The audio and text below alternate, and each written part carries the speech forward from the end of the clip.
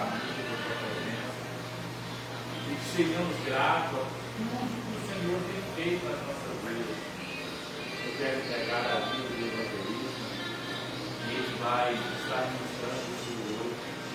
Que o Senhor use ele como instrumento na mão do Senhor, que ele possa ser um canal de bênção para as nossas vidas. Que ele derrama a condição sobre ele, Deus. Tudo aquilo que não promete aqui, o Senhor tira dele, tira de nós. Que nós possamos, ó Deus, ser gratos ao Senhor por cada momento, cada particularidade que nós temos com o Senhor. Pai, eu sou grato ao Senhor pelo cuidado, pelo carinho, pela atenção que o Senhor tem tido comigo nessas estradas. Sei que não é fácil a nossa caminhada, mas o Senhor sempre tem nos sustentado.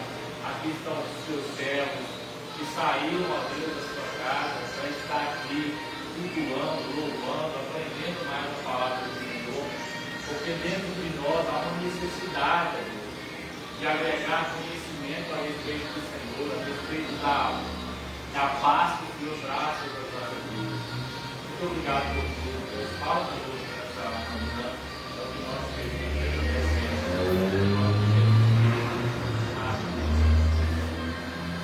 Abraçar ele, maravilhoso. Então, achar que deve, consegue.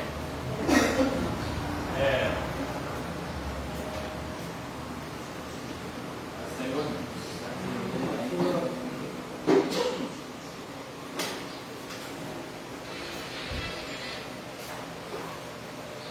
Ninguém senta a luz na calor. Pode dar uma calor, né? Deixa eu ver a calor da gente.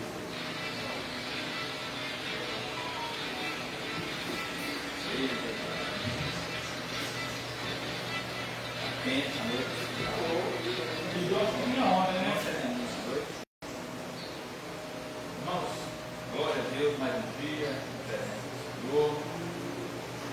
Nós vamos hoje continuar a lição número 3, né? Em vez de no passado, nós chegamos aqui só na introdução. Amém?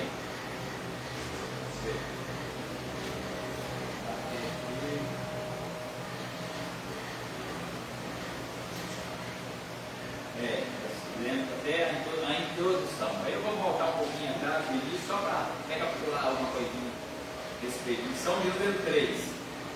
Né? Uma igreja fiel à pregação do Evangelho. Textual. E quando Pedro viu isto, disse ao povo: varões israelitas, por que vos maravilhais disso? Ou porque olhais tanto para nós como se por nossa própria virtude ou santidade fizéssemos andar este homem, né? Então Pedro está dizendo aqui que quando ele fez aquele milagre ali, né, o povo ficou olhando para ele, olhando, querendo dar o crédito para ele, e ele está aqui, ele repreendeu na mesma hora, que não é mérito dele, né? Aquela cura, aquele milagre, não foi mérito dele, é mérito de Deus, né? Então ele já repreendeu logo em seguida. Verdade prática, a verdadeira pregação bíblica consiste em dar testemunho de Cristo, né, no poder do Espírito. Não Pedro aqui, não diz nada para ele naquele momento, quando aquele, né, paralítico ali foi curado. Então, ele está dizendo que a pregação da palavra, os ensinos, tudo isso é mérito de Deus. Nada que nós fazemos aqui é para nos engrandecer, tem que engrandecer a Cristo, né? Essa é uma igreja que fiel à pregação do Evangelho. Nós lemos aí a leitura bíblica em casa, Atos 3, de 11 a 19, eu não vou repetir, mas aqui fala também a respeito lá, quando Pedro ali pregou, que ele foi revestido de poder, né? Quase 3 mil almas se arrependeram, né? Então ali nós vemos essa passagem em Atos ali. Então a intenção da igreja, a intenção desse estudo aqui da palavra, eu vou voltar a repetir, é para as igrejas, né? A igreja aqui, a igreja em Jerusalém, é um ensinamento, tudo como começou. Então isso serve ao quê? Para as igrejas, templo, né? Onde nós reunimos para ouvir o ensinamento da palavra, serve para a igreja pastores, líderes, e serve para a igreja membros também que estão ouvindo e aprendendo da palavra. Então ela completa a todo o sistema, né? Templo, pastor, líder, ovelha, então ela é para todos, né? Mas tem que haver o interesse. Aí nós vamos lá na introdução, vou ler ela novamente, mas não vou nem falar muito não, a hora passa rápido. E nós chegamos só até aqui. Essa lição mostra uma das marcas de uma igreja bíblica, seu compromisso com a pregação da palavra de Deus. Uma igreja verdadeira valoriza a mensagem das Escrituras e coloca Jesus Cristo no centro de tudo. O que ensina é por meio da pregação da Bíblia que o mundo pode conhecer a Cristo. Além disso, uma igreja bíblica prega no poder do Espírito Santo. Não transmite apenas palavras vazias, mas a mensagem viva e transformadora que vem da inspiração do Espírito de Deus. Por fim, uma igreja bíblica traz esperança para aqueles que já não enxergam saída. Ela anuncia que há um futuro de refrigério e renovação na presença do Senhor. Então essa introdução aqui, nós falamos bastante a respeito dela, né? Qual é o motivo da igreja, o que é a igreja, né? A mensagem, a pregação, ela tem que estar voltada para Cristo, e ela tem que estar, a pregação da palavra, ela não pode ser como se aqui, quando nós estamos à frente aqui, não pode ser como um palco, chegar aqui e nos apresentar com historinhas disso, não. A pregação da palavra tem que estar inspirada, tem que estar com a essência do Espírito Santo. Por isso que eu vejo, né, que muitas das vezes nós chegamos em igreja, nós não vemos nada do conteúdo da Bíblia, porque a pessoa chega lá, ela já tem alto, vasto conhecimento da palavra, já é doutor da palavra, tem teologia, tem tudo. Ela vai pregar hoje, mas ele nem pega a Bíblia para ler mais, para saber, né, ele já sabe, tem aquele questionamento, eu vou pregar em cima disso, eu já preguei, isso aqui. Não busca inspiração de Deus, do Espírito Santo. Aí chega aqui e começa a falar toda abobrinha, fala aquelas coisas repetidas, porque a essência, ela tem que vir do Espírito, né? Pedro ali, quando ele pregou ali, quando ele foi revestido, por que ele pregou com autoridade, com poder? Porque antes ele foi revestido do Espírito Santo, né?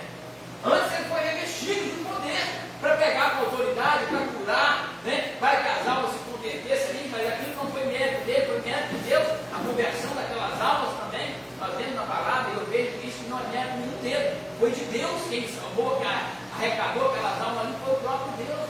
Então, para se estar na cruz, eu disse aqui, ó, esse ensino aqui serve para todo mundo, igreja, templo, líderes de igreja, que tem que ter o quê? Discernimento de buscar a missão de Deus. É só chegar na igreja.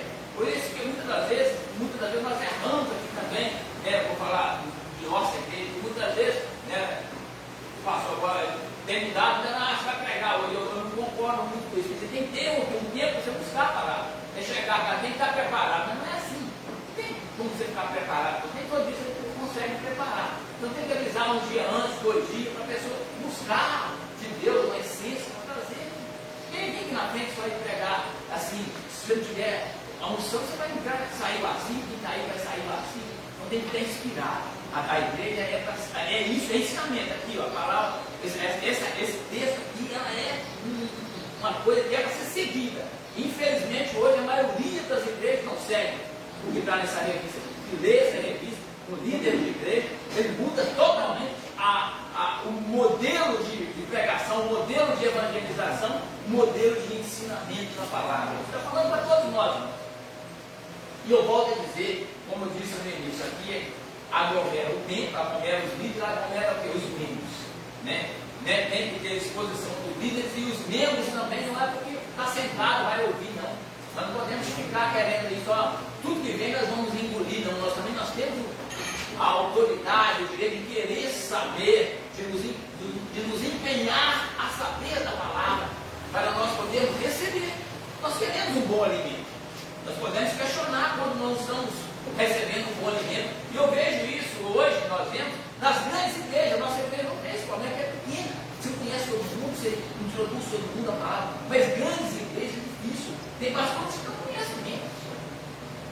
Né? Tem pastores que estão lá, não conhecem, não dá aquele que não tem aquele conhecimento. E a maioria das vezes também é culpa também do líder. Eu falo também, né? Falando dos líderes que não são meio relaxados, mas a ovelha também é culpada. E quem tem que querer um bom alimento é o líder. um bom passo, ela tem que querer um bom passo.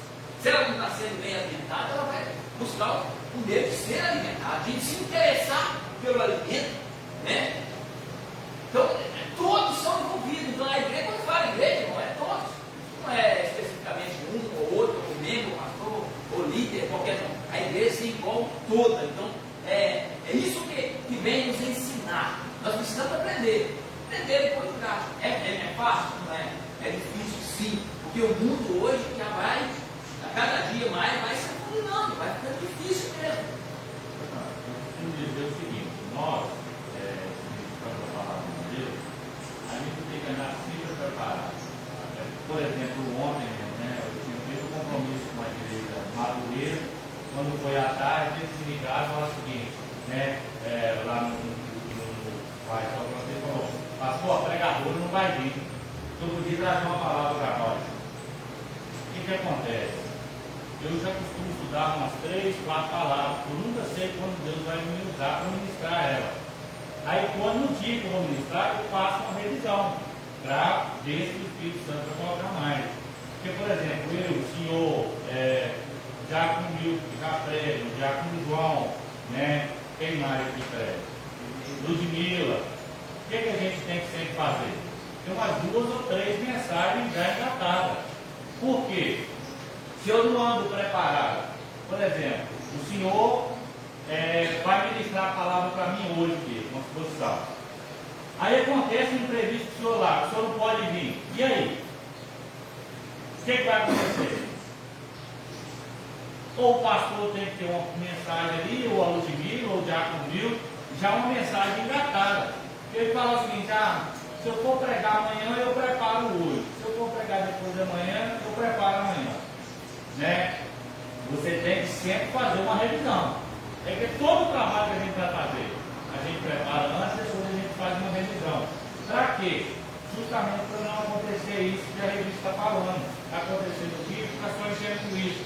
Eu já vi pregação em alguns lugares que dá sono.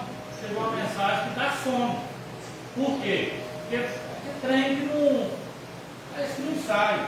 Então, às vezes, quando a gente, eu costumo dizer isso, preparar, sempre andar preparado, prepara. A Bíblia são 66 livros. Deixa aí uma ajuda, para ele não tem facilidade de memorizar, anota umas 3 mensagens, porque a mensagem não é nossa, ela é de Deus. Eu tenho hora que eu estou vendo um vídeo e falo: opa, olha isso, me dá uma mensagem boa. Aí eu vou lá no vídeo, estudo, falo: essa mensagem aqui, eu vou guardar ela, porque uma hora eu vou precisar ministrar ela. É que nem louvor, nossa, eu gostei desse hino, uma hora eu vou louvar ele. Então, às vezes, a gente tem que preparar. Às vezes a gente cobra muito, a gente não, eu, cobra muito ensaio, e estudar a palavra de Deus. Não é porque a gente é ruim, é porque a gente quer apresentar um treino com excelência. A gente oferece tanto no trabalho para a gente excelência, e às vezes quando chega na presença de Deus, a gente quer oferecer de qualquer maneira, Então, esse estudo aqui, ele é muito bom para trazer isso para nós, a ter um momento de preparação, como o evangelista colocou ali muito bem, ter os 2 dias de preparação, beleza, pega esses 2 dias de preparação, então joga ele antes, não espera você ganhar a oportunidade para preparar 2 dias antes, prepara antes, porque se você receber a oportunidade, você já está preparado, porque não, aquilo que a gente lê e coloca na nossa mente, não sai, não sai, é guardado. O senhor pode ver que, por exemplo, foi sexta-feira que eu estou ministrar, O senhor conseguiu ministrar? O senhor já tinha alguma coisa preparada, já tinha alguma coisa preparada, porque se o senhor não tivesse, eu ia falar bonitinho: pastor, infelizmente eu não tenho nada preparado. Aí o que acontece? Vou ter que buscar os recursos. Aí não é culpa do senhor, mas é porque é o seguinte: pastor, eu não tenho nada. Entendo. Mas como o senhor já tinha algo preparado, não foi porque o senhor notou naquele dia, mas porque o senhor já tinha um respaldo lá atrás, que o senhor leu e Deus deu algo para o senhor. Quando que é que eu vou ler? Eu vou fazer uma introdução disso, ou vou ministrar, Deus vai saber. Porque às vezes vai ter gente que vai preparar uma mensagem que não é para pregação, mas é para o devocional. Tem dia que Deus vai dar uma mensagem que não é para o devocional, mas é para pregação. Por isso que eu falo, eu cobro, não é porque eu sou ruim não, mas porque eu quero o quê? Vamos nos preparar, vamos estudar a Bíblia com antecedência, prepara uma mensagem aqui, prepara um texto para fazer uma leitura do devocional, né? Prepara assim, se eu chegar hoje, o pastor me dá uma oportunidade para fazer uma oração, eu estou preparado para fazer uma oração? Se ninguém for na igreja hoje, os obreiros, eu como membro, tenho condição de abrir um culto, nós somos igreja. Nosso corpo tem que trabalhar em comunicação. E quem é o cabeça? Quem é o cabeça da igreja? Agora vamos lá. Quem manda comando para os nossos corpos? Não, comando para o nosso corpo. O cérebro, que é a cabeça. Então quem manda o comando para a igreja? Cristo. Ele é o cabeça. Então por isso que às vezes a gente tem que estar assim, Deus, manda alguma coisa para mim fazer uma leitura, para mim fazer um devocional, se for preciso eu fazer uma abertura de oração. Porque aí a gente vai sempre estar preparado. Porque o culto começa que hora? Vamos ver se a igreja sabe. Que hora que o culto começa? 7h30? Que hora que o culto começa? 7h30? É errado. O culto começa a hora que eu acordo. E aí que o culto começa. Eu começo a oferecer para Deus tudo aquilo que eu inicio, né? Deus me prepara, me ajuda, obrigado. Isso é o início do nosso culto. Entendeu? Entendeu? Mas eu não estou falando sobre errado, tem que comprar. Carro apertado, eu estou na frente hoje, vou deixar na minha mão, eu sem. Então eu fui buscando, estou reclamando. Nós só tem capacidade. Não, mas eu falo assim, estou capacidade. Pô, mas tem que comprar mesmo, claro. Mas muitas vezes, tem pessoas que já não tem esse conhecimento, passa apertado. É verdade. Então isso aí é difícil. Eu falo, não é difícil. Mas igual falando, todo soldado tem que andar com sua arma, né? Tem que estar preparado. Então, querendo ou não, se vai pregar ou se vai pregar, nós temos que estar preparados. Então. Mas eu estou falando que a respeito do Espírito Santo, posso pregar sexta-feira. Passou para mim mensagem. Aí eu meditei, veio texto na minha cabeça, já estava no capítulo. Cheguei dentro da igreja, os irmãos louvaram que o Espírito Santo já levou lá no outro texto. Né? Mas porque se já estava com a sua mente, né? Então é isso aqui, irmão. Eu estou falando assim, negócio de questão de ser revestido do Espírito Santo, talvez você tem que ficar 30 dias, né? Tudo bem, tem que orar, tem que buscar oração, buscar. Jesus, o que mais Jesus fazia era orar. Cadê Jesus? Onde que estava? A festa? Estava balada? Estava cena? Está no monte orando. Está no monte orando. Né? Como se estava no monte orando, o quê? Conversando com Deus. Né? O tempo que nós temos é assim. Mas nós podemos ser revestidos do Espírito Santo agora. Assim, né? Com uma mensagem, com uma palavra, mas nós precisamos estar deixando ter espaço, ter nós temos que estar com a mente fixada nesse caminho da palavra. Então é isso que nós precisamos. Né? E aí a palavra de Deus ela é tremenda. E isso sem o Espírito Santo. Não. Então nós vamos ver a igreja que prega as Escrituras.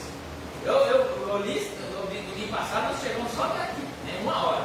Se eu for falar tudo que já li, que dá vontade de falar, não vão ficar mais 3 cultos falando a mesma coisa, né?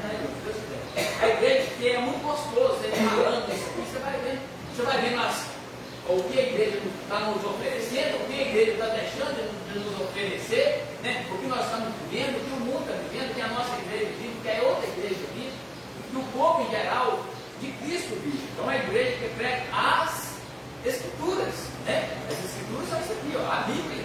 Então a igreja, a fundação da igreja, o início da igreja lá em Pentecostes, lá em Atos dos Apóstolos, é para pregar o que? Sobre Jesus, sobre a palavra, né? Foi revestida de poder para falar, anunciar Jesus. Uma igreja que prega as Escrituras. As Escrituras revelam, o que é? As Escrituras não revelam Deus, Jesus. Revelam Deus. A igreja deve pregar as Escrituras, pois elas revelam Deus, né?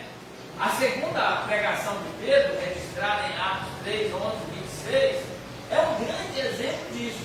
A mensagem do apóstolo é completamente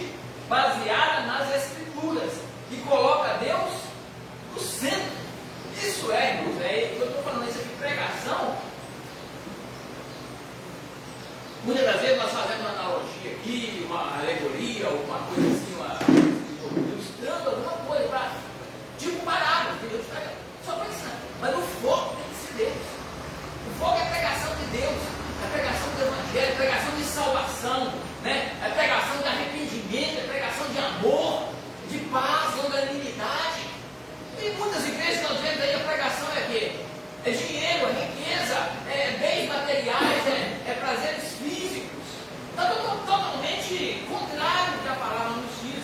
Então o centro tem que ser Deus. Não é o pastor, não é o líder, não é o evangelista, não é o missionário lá da China, do Japão, da onde que é, não.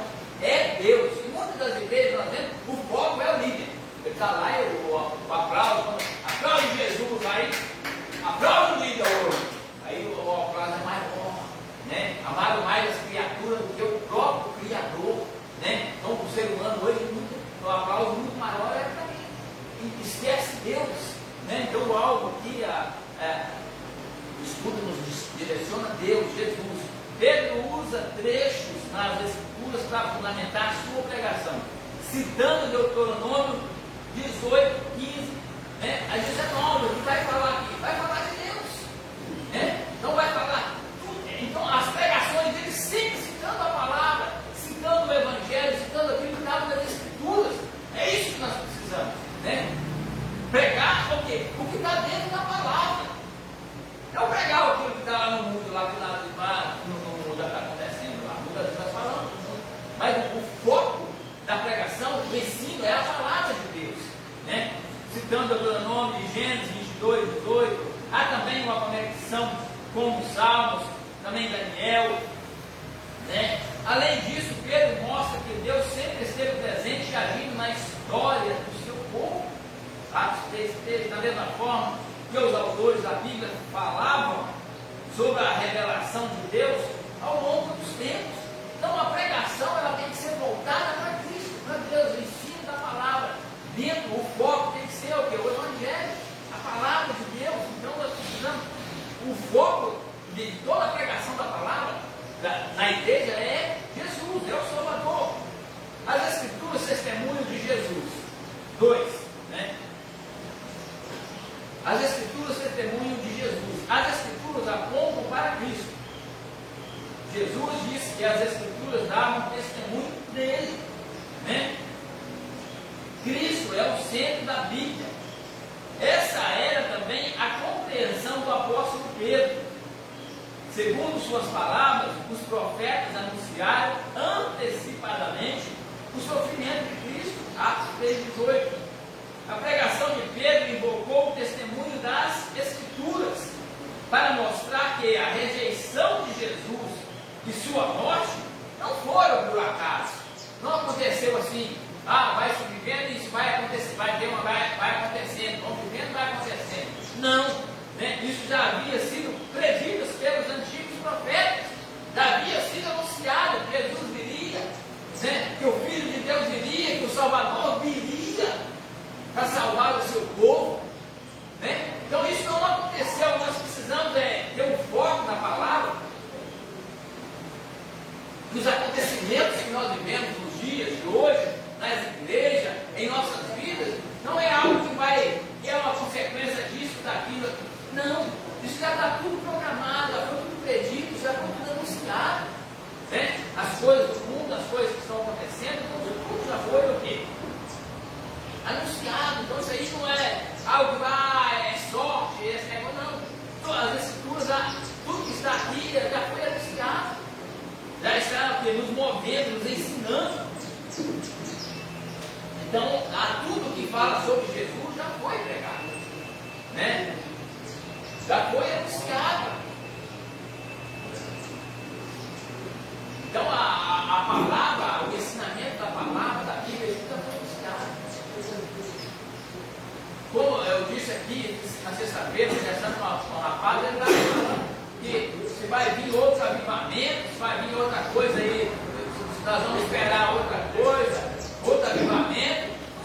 Eu, na minha opinião, Deus não vai mandar mais nada aqui para o povo, para alertar o povo de que Jesus é o Salvador, mas não, a morte dele já foi.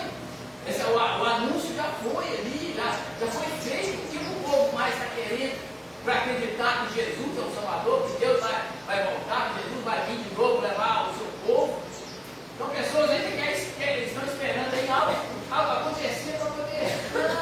Aí sim, para acreditar não. Eu dei o exemplo lá do Rico Lauro, não vai precisar, não vai, ninguém, está lá os profetas falando, todo mundo já vieram.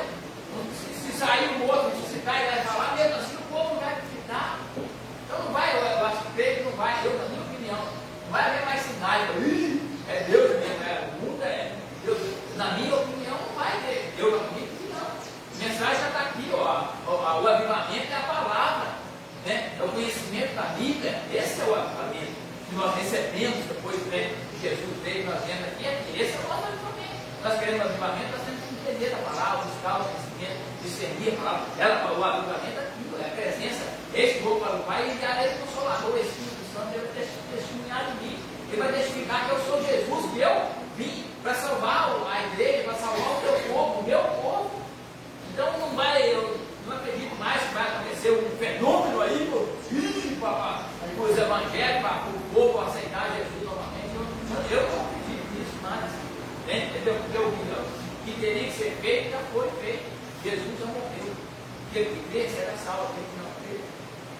Nós estamos vivendo a última era da igreja. Quem não aproveitar essa última era da igreja não terá mais oportunidade. Né? Eu sempre falo aqui o seguinte: existiu 3 eras na igreja. Né? Portanto, muitos intérpretes falam o seguinte: o que é blasfêmia contra o Espírito Santo que não terá mais perdão? Que a Bíblia vai dizer que a única coisa que não tem perdão.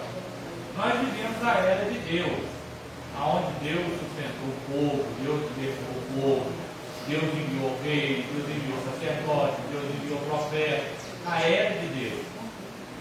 Quando o povo abriu mão de Deus, o que ele fez? Envia o seu Filho, que é Jesus, para resgatar esse povo, para morrer pelo pecado.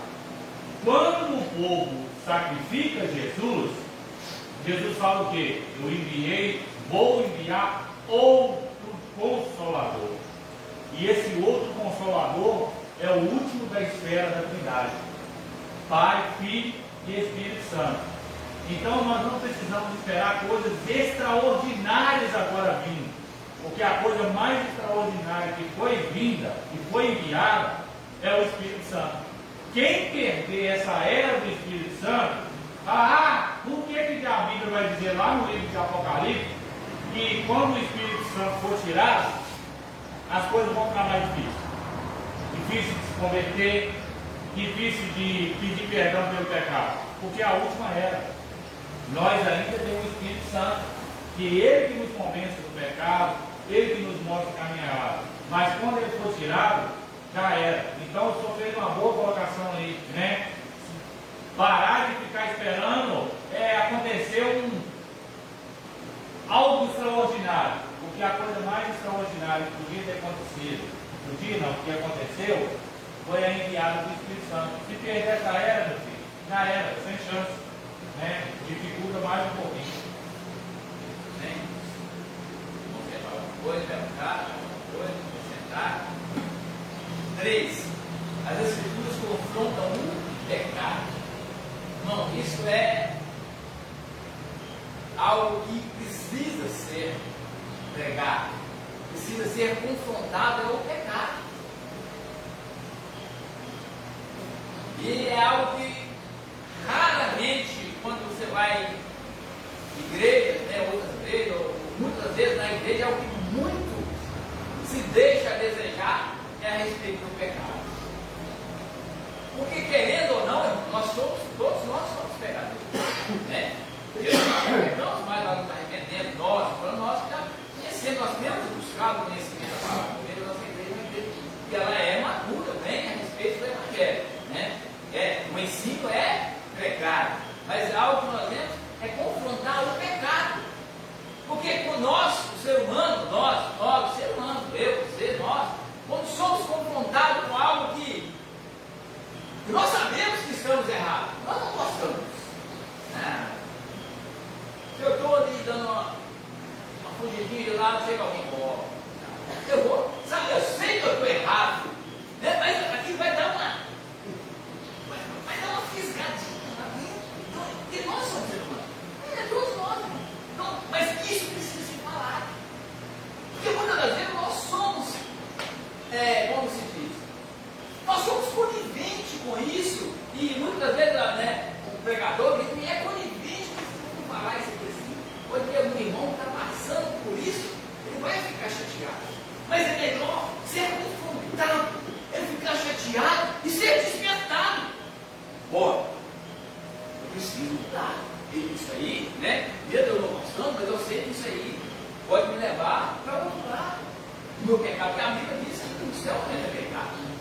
pecadinho, tem pecadão, tem pecadão. Não tem negócio, pecado é pecado, né? Pecado. Então, precisa ser falado, né? Então precisa ser pregado. A Bíblia está aqui, que muitas vezes não quer falar isso, porque vai espantar a gente. Não importa se vai espantar. Nunca se você confrontar com o seu pecado aqui, você reconhecer que é pecador, eu sempre falo aqui, pedir perdão não é difícil. Para mim, eu acho que pedir perdão não é difícil. Não, não é não. O mais difícil é reconhecer que você é pecador, que você pecou. Porque muitas vezes nós pecamos e achamos que estamos certos que pecamos. É muito difícil. Eu acho, do meu ponto de vista, é mais difícil, né, porque você fala, ó, você está pecando, não, isso aí é pecado. Então, se nós não reconhecermos, nós não vamos pedir perdão nunca. Então, o negócio é essa chave. Primeiro eu tenho que entender que eu errei, para mim pedir perdão. Porque se eu não achar, se eu fiz um negócio que se eu pisei no seu pé, se eu falei com você que o Maroc lá é bruta, aí se eu pisei no pé e eu não reconhecer isso, eu pedi perdão. Mas se eu não reconhecer, eu não posso pedir perdão. Se eu achar assim, não, ele não vai ter condição de ter o Maroc, não, eu não vou pedir perdão. Entendeu? Estou falando de mim, eu que vai ser muito. Mas é assim. Então, se eu não pensar, eu podia falar isso, né? Eu falei assim, né?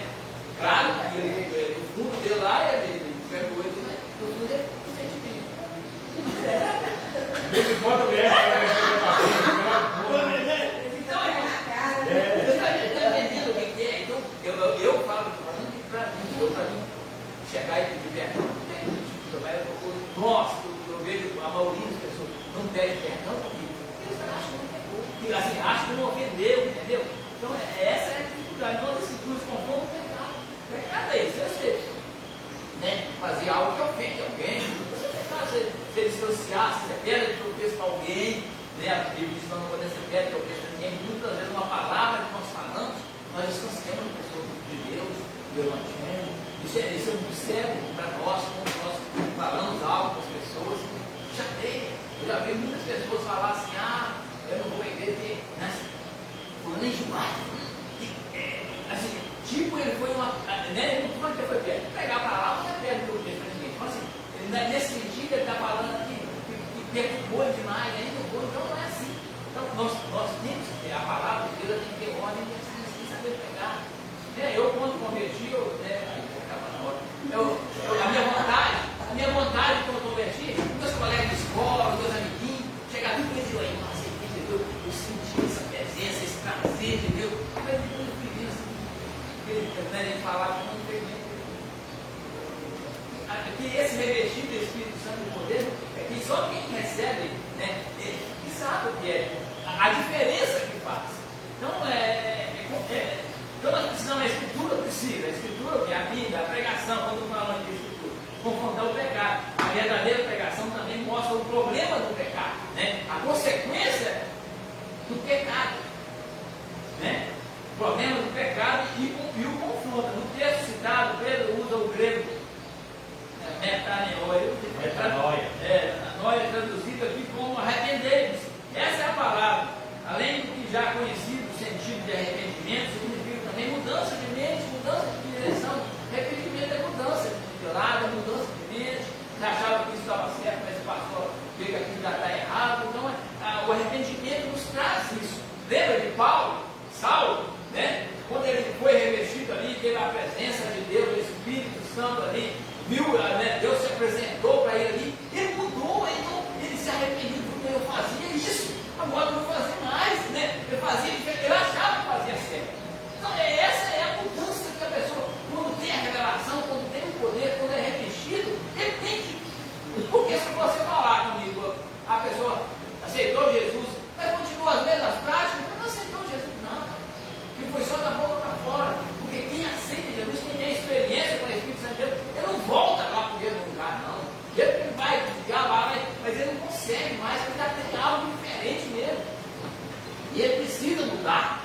Né? Arrepender verdadeiramente é uma coisa, arrependemos.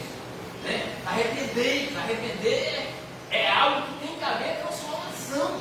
É sentir que realmente você estava fazendo algo que totalmente ao contrário daquilo que é a verdade, que estava sendo enganado. Arrependei-vos das palavras, a gente já conhecia esse arrependimento, que ele tem mudança de mente, mudança interior, especialmente no que diz a respeito à aceitação da vontade de Deus. A pregação bíblica deve confrontar o pecado e exige uma mudança radical dos seus ouvintes. Então, a palavra, a escritura, o pecado tem que ser confrontado e o arrependimento ele tem que ser visível, né, em nossas vidas. Amém? Não vou falar muito. 2 aí, o tópico 2 agora, da igreja que prega no poder do Espírito. O Espírito capacita o mensageiro. Não podemos nos esquecer de que Pedro estava cheio do Espírito Santo, porque eles estavam em Atos, foram revestidos, todos foram cheios, revestidos do Espírito Santo. Quando pregou a mensagem, registrada em Atos 3, isso fica evidente no uso do verbo grego, atenizó, traduzido como fixar os olhos. Eu achei interessante isso, fixar os olhos aqui. Na passagem, de Pedro com João fitando os olhos dele, olha, fitando os olhos, né? Eles não fecharam os olhos, não olharam para o outro lado se tinha alguém vendo, se tinha alguém olhando, eles fitaram os olhos, eles estavam fixos ali naquele homem, né?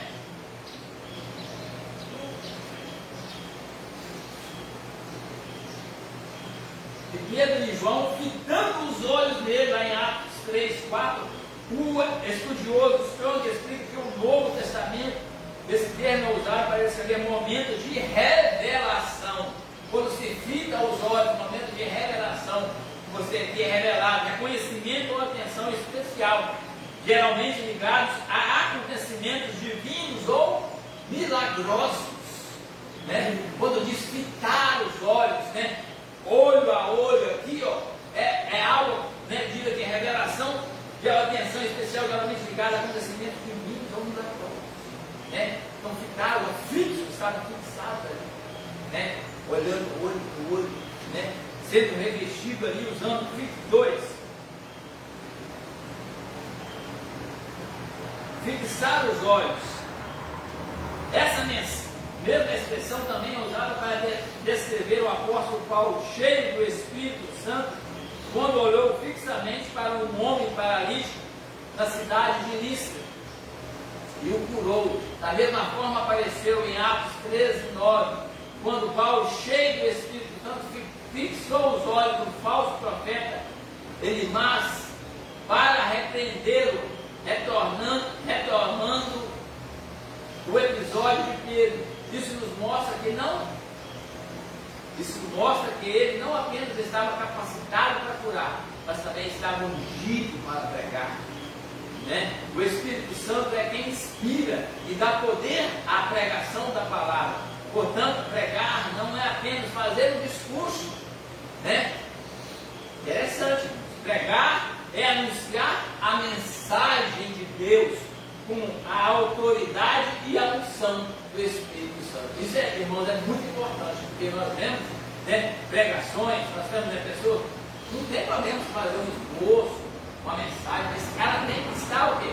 Voltada para a palavra, voltada para os ensinos, aqui como Pedro aqui, né, relatando a sua pregação, lembrando de que Deus já tinha sido anunciado por Jesus a vinda. Então, elas têm que ser voltadas, né? Você fazer claro, você fazer um relatório, os textos que você lê. Eu falo por mim, né? Eu não consigo fazer nada assim eu já tentei anotar uns textos em casa de pregar, quando né, a vida que vai pregar, eu anoto, mas chega aqui e não consigo ler nada. Infelizmente, eu leio o primeiro texto, esse texto eu vou ler lá, mas o que anota ali eu não consigo falar. Para mim é difícil, porque eu chego aqui, para mim, quando eu chego a algo que Deus falou comigo lá em casa, eu chego aqui, não consigo falar aquilo. Muitas das vezes não, muitas vezes consegue sim, né? Deus fala, mas a gente ouve, da sexta-feira eu não tinha experiência. Eu andando na rua e eu passou por um pregado, eu já tinha um texto na mente que eu vou falar aí. Sei não, eu ando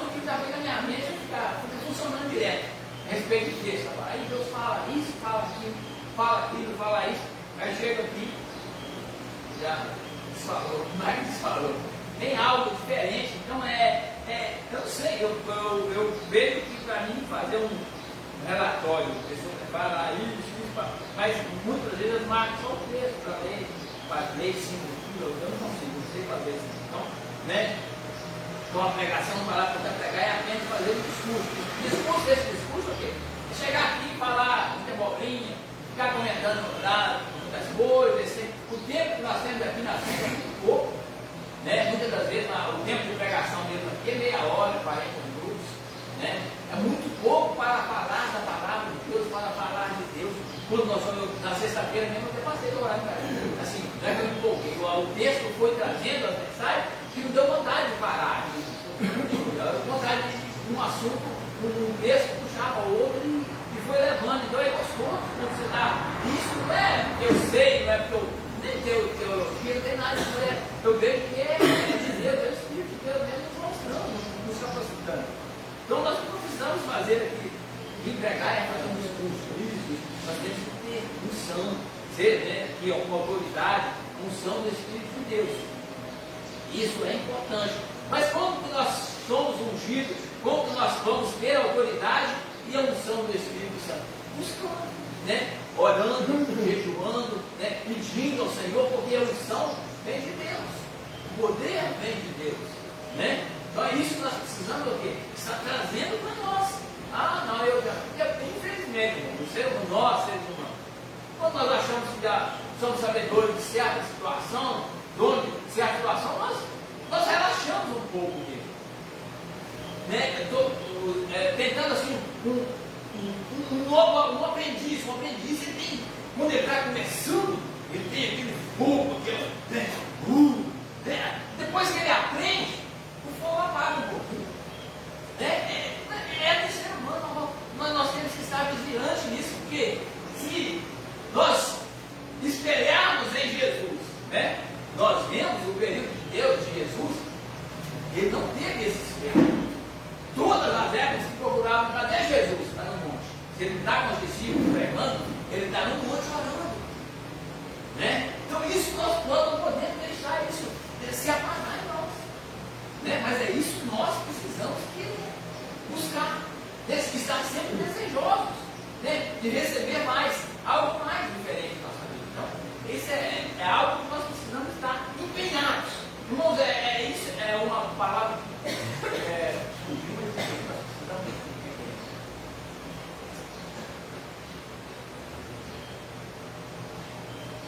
nós precisamos o que? Ser dedicado naquilo que nós escolhemos. Dedicação na nossa profissão. Dedicação naquilo que nós escolhemos para fazer. Né? Se eu quero ser um doutor, eu tenho que estudar medicina. Né? Se eu quero ser um motorista, eu tenho que aprender a dirigir caminhão, né? Aprender, né? Olhar os mapas, fazer. Então eu tenho que me dedicar. Tudo que é aquilo que nós vamos fazer, se não houver dedicação, se torna difícil, se torna pesado. Né?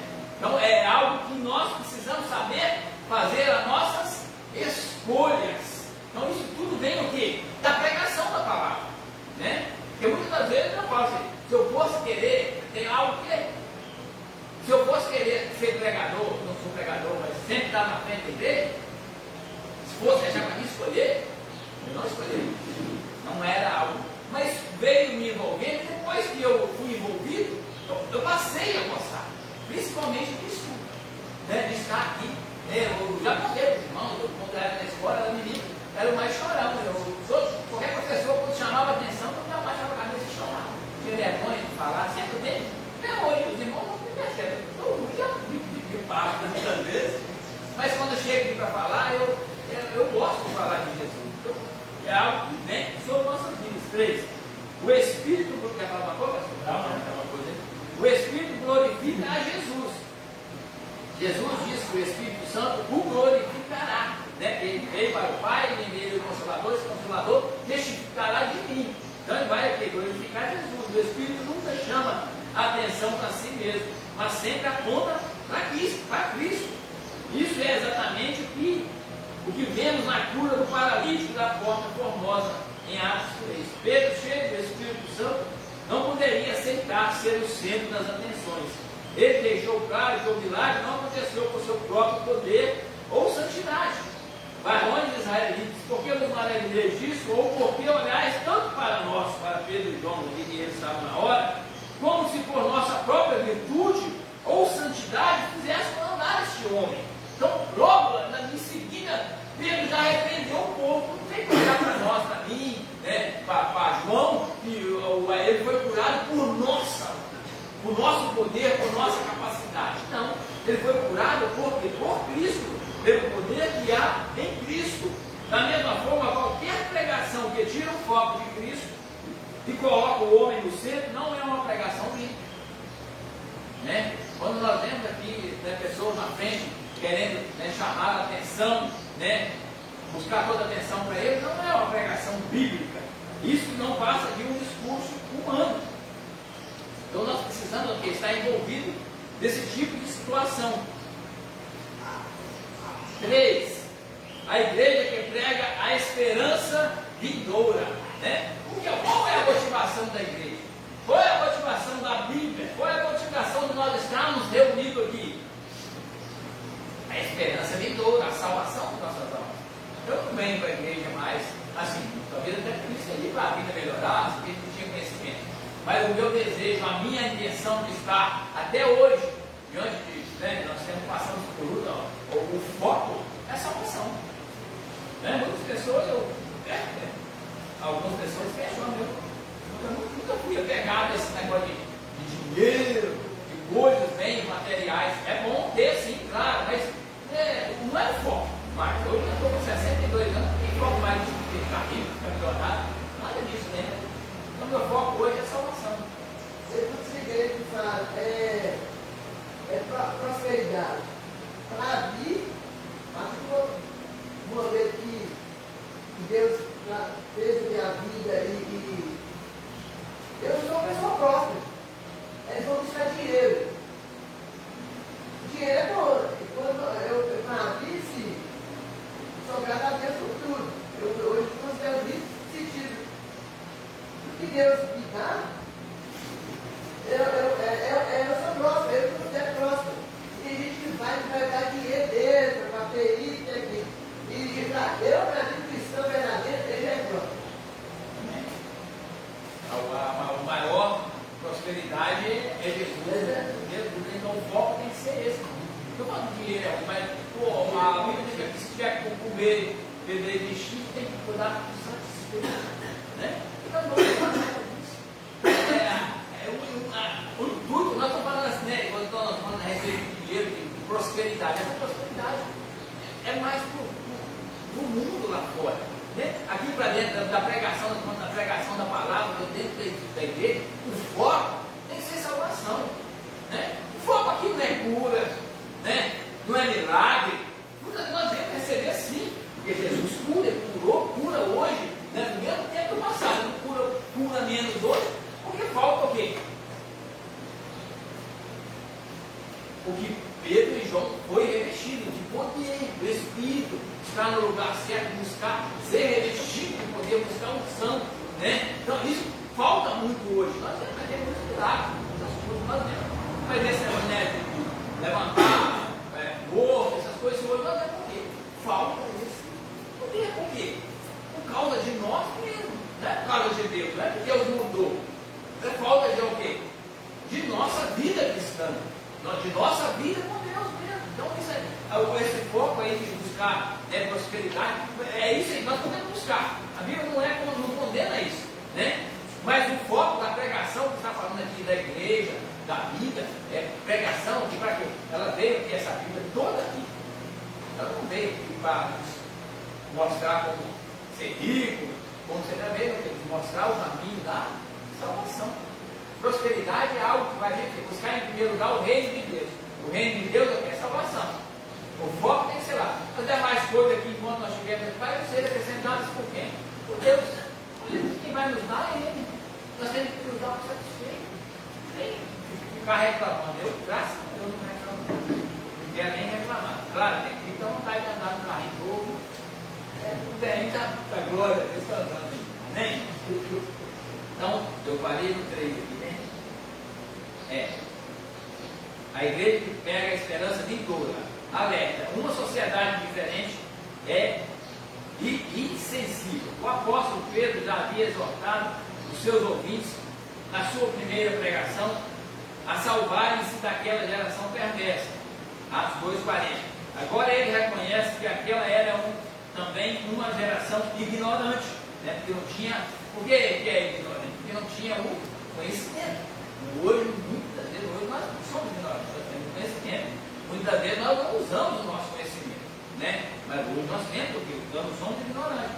Era uma cultura indiferente e insensível para a realidade espiritual. Não tinha aquele conhecimento, não era aquela realidade espiritual.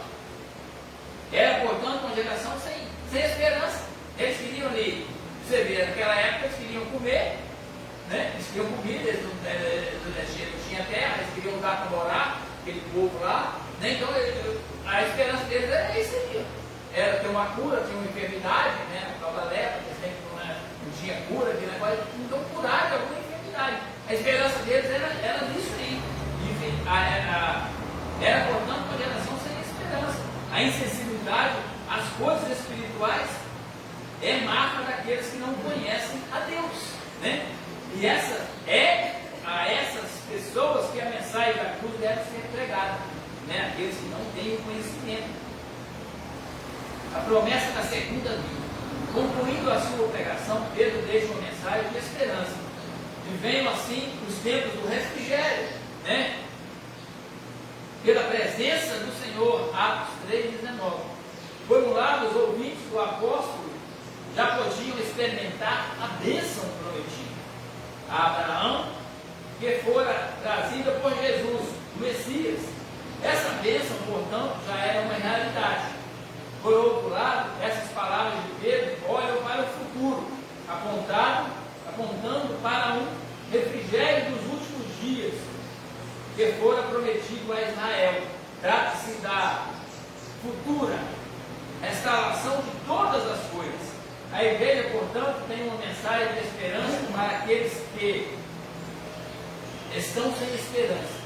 É uma realidade que no tempo de Deus se cumprirá. Então o papel da igreja é trazer uma esperança para aquele que não tem esperança, né? Uma esperança para aquele que está desanimado, para aquele que está entristecido, para aquele que espiritualmente não tem o conhecimento, ou que é ignorante, é indiferente aquilo ainda, não tem aquele conhecimento do poder de Deus, da fé, né? E que Jesus é o Salvador, conhecer Jesus, né? A fé, buscar o conhecimento, buscar se envolver com a espiritualidade, com o próprio Deus, né? Então nós precisamos, a pregação, a igreja, o ensinamento da igreja tem que ser voltado para isso, para algo espiritual, né? Voltada na pregação, salvação. O foco tem que ser salvação, o foco tem que ser arrependimento, né? Aí depois, para esse foco, arrependimento, salvação, aí tem que ter o amor, né? A paz, a longanimidade. Nós precisamos estar revestidos de autoridade, de poder, para nós podermos vencer os dias maus. Então nós precisamos aqui conhecer, porque se antes nós não conhecemos, não tem como nós nos defendermos de nada. Nós não conhecemos o mal, como que nós vamos nos defender do mal? Então nós precisamos, né? Como eu disse aqui na sexta, céu e inferno. Céu, vida eterna.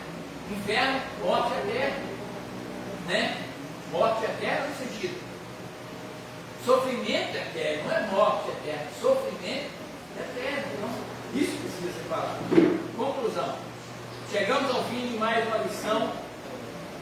Nela vimos a grande importância que a pregação bíblica tem e como devemos ser fiéis na exposição do texto sagrado. Pedro, mesmo sendo um simples pescador, com uma gramática e conhecimentos limitados, sabia expor com maestria as Escrituras Sagradas. Assim como ele, devemos nos render totalmente ao Espírito Santo, sendo cheios dele para sermos exitosos no ministério da palavra de Deus. Uma igreja bíblica é uma igreja que vive e sabe expor as sagradas escrituras. Amém? Irmãos, quer falar alguma coisa, pastor? Não? Não. Eu volto a palavra, pastor, e agradeço a oportunidade. Amém? Irmãos, qual que é o gostoso do estudo? O gostoso do estudo é a gente poder compartilhar, né? Eu estava pensando assim, por que eu amo ser pastor dessa igreja? Nós temos liberdade de brincar, de estudar a palavra de Deus juntos, de compartilhar a mensagem. E isso é importante dentro desse estudo que mostrou para nós o quê? O que nós precisamos buscar verdadeiramente dentro da igreja hoje? O que nós temos que buscar? O quê? Baseado nesse estudo, o que nós precisamos entender que precisa ter dentro da igreja hoje? Presença de Deus. Presença de Deus, a exposição de Cristo, expor Cristo e tirar a gente. O evangelista fez uma colocação aqui muito importante. O que acontece hoje? Que Cristo já não faz mais parte dos cultos da igreja. Né? Cristo não faz mais parte dos cultos dentro das igrejas. O que faz parte dos cultos da igreja hoje? Exposição da própria pessoa, né? Eu faço isso, eu faço aquilo. Aí você vê muito louvor, muita adoração, entre aspas, né? Mas não tem presença, né? Eu ministrei uma mensagem ontem a respeito de Abinadab e Obed-Edom, né? A arca que ficou na casa de Abinadab 20 anos e não aconteceu nada. Já na casa de Obed-Edom ficou 3 meses. E a Bíblia diz que Deus o abençoou poderosamente. Então há uma diferença onde tem a presença de Deus, a exposição de Cristo, e aonde está só o quê? O tecido. Né? Então, assim, é importante que, né, nós venhamos para a igreja, para os estudos, para os cultos, para aprender mais de Cristo, né? O que agrega para as nossas vidas. Né?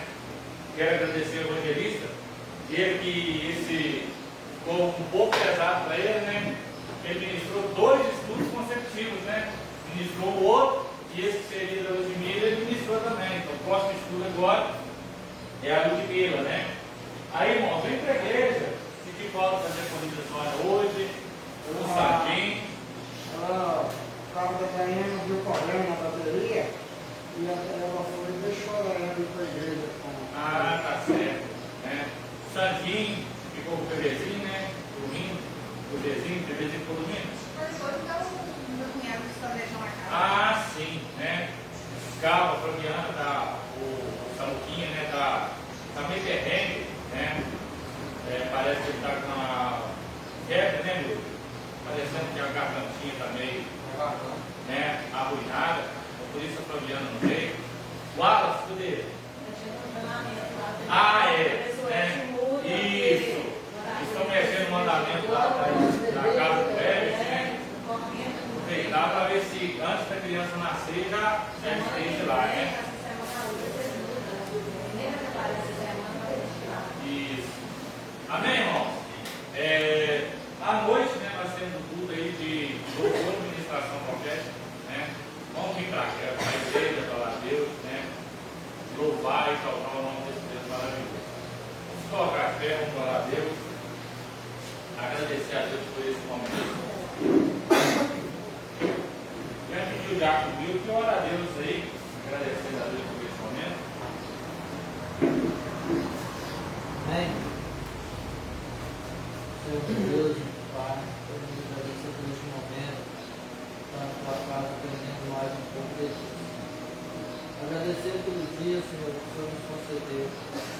E logo mais na noite, Pai, que nós possamos estar todos reunidos aqui, para buscar a tua presença, buscar mais conhecimento da tua palavra, pelo menos instruir aquilo que falamos, pelo menos cada pessoa, cada irmão que ouve nos dar a tua palavra, que seja gente verdadeiro, para que nós venhamos crescer e compreender a tua palavra, pelo entendimento, pelo entender. Agradecer por essa escola bíblica que o Senhor nos permitiu participar mais uma vez. Abençoado Deus que nos puder disso, e logo mais nós possamos estar em nome de Jesus Cristo. Amém. Irmãos, antes de eu ministrar nesse propósito, eu tive uma ajuda, irmãos. Relatório. Depois eu pedi a dona Sessão para falar. Irmãos, eu queria, se fosse possível, os irmãos tivessem condições de fazer uma oferta alçada. Para quê? Oi? Depois, daqui a pouquinho, estou acabando já, que você já fala. Você apareceu, ué? Você fez comida?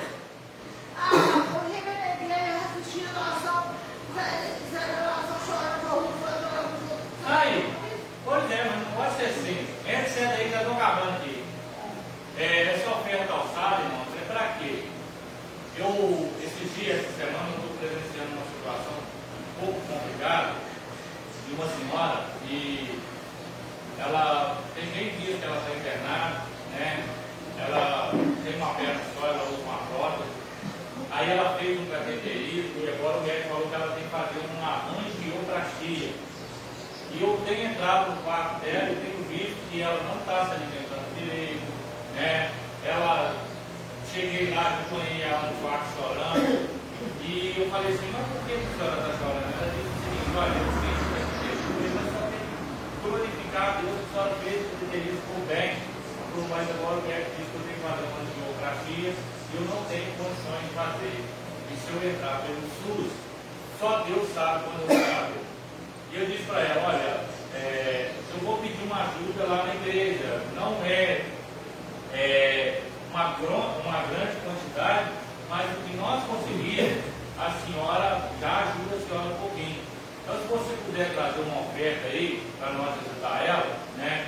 Para que ela faça essa angiografia, porque é muito difícil, irmão, ver as pessoas precisarem de uma ajuda e às vezes para um só fica pesado. Mas quando a gente une as forças, a gente consegue dar um pouco de suporte, um alívio para essa pessoa, né? Aí se você puder trazer uma oferta especial à noite, né? Eu fico muito feliz. Mas se os irmãos também não tiverem condições, não tem importância, né? Mas quem está tomando conta dela nesse negócio da angioplastia? eu não sei, de vez em quando o esposo dela fica com ela lá, o secretário de saúde, é importante, né? Porque a angioplastia, na verdade, a gente mesmo consegue pagar R$30 tem que entrar pelo SUS. Não, É caro, sim? eu fiquei sabendo por mim, cada vez que eu falei com o Denise, o Diego perguntou se eu queria fazer angioplastia. Eu não quero ver, o SUS não ajuda. Mas a angioplastia sai, quiser morar com o Tá. só pode para ela. Porque os enfermeiros falaram que deve ficar. Ela, coitadinha, na simplicidade dela, falou assim, uns 300 e pouco. Não, Falei assim, a doutora Marcele falou para mim que é 30. nossa, pai. Já os enfermeiros falaram que deve ficar, e o médico falou que ficava com mais de 1.000. Né? Então eu não sei, eu não pesquisei. A gente paga 1.700 no país. 1.700, 1.800, 2.000. É bravo. Agora a angioplastia é caro. R$30. Nossa, pai. Né? Mas o SUS fornece, tá? Ele é obrigado a fornecer. Pois é. Vamos ver o que vai acontecer com ela. São muito atualizados. Chega lá e fica olhando assim, dá até dó. Tem hora que eu chego assim, e ela está tentando levantar, porque tem uma prótese só, eu pego na mão dela, levanto ela,